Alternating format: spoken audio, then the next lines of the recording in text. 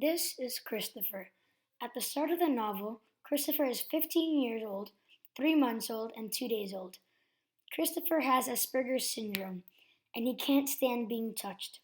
He loves the color red, but he won't touch or look at anything that has the color yellow. He goes to a school for kids with special needs. He lives in Swindon with his father and mother. He is the main character of this novel. This is Ed. Ed is Christopher's dad. Christopher and Dad live in Swindon. Dad wants to help Christopher in every way that he can. He tries to make everything red and as little things that he can yellow, but sometimes it doesn't work out too well. Dad helps Christopher throughout this novel. They live in a red house for Christopher because it's his favorite color. Their house number is number 38 on their street. Directly across from their street lives an elderly woman by the name of Mrs. Shears. On the other side live some strangers that Christopher has never met before. In the start of the novel, Christopher is sitting on the balcony from his room when he notices something strange across the street at Mrs. Shears' house.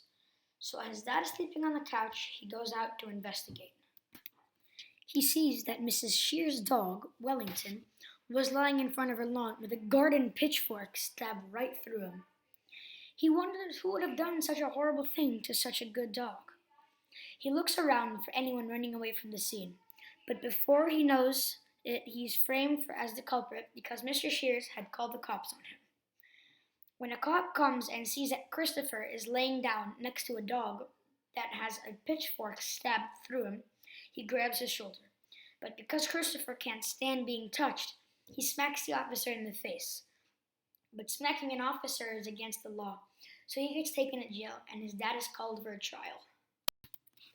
But after his dad had a long argument with the police at about 1 a.m., Christopher is released from jail and is told not to go looking for who killed the dog, just to continue his normal life. But Christopher didn't listen, so he continued to search. He went around asking his neighbors, even the ones he didn't know. He even went around asking random people on the street, and even at shops multiple blocks away that don't even know who he is. But he was determined to find it out.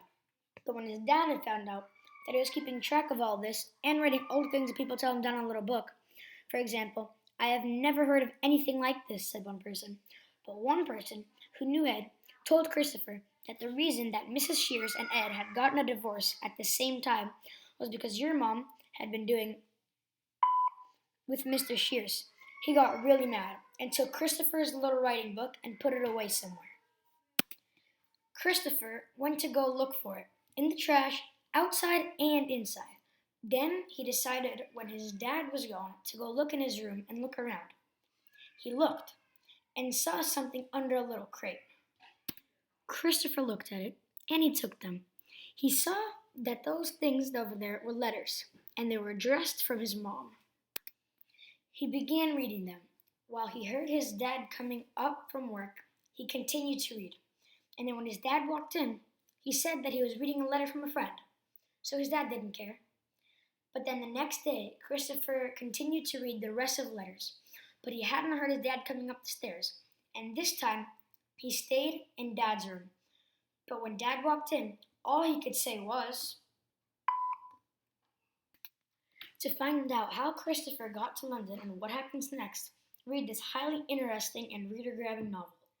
You can order online or go to Amazon to get your novel today at www.amazon.com.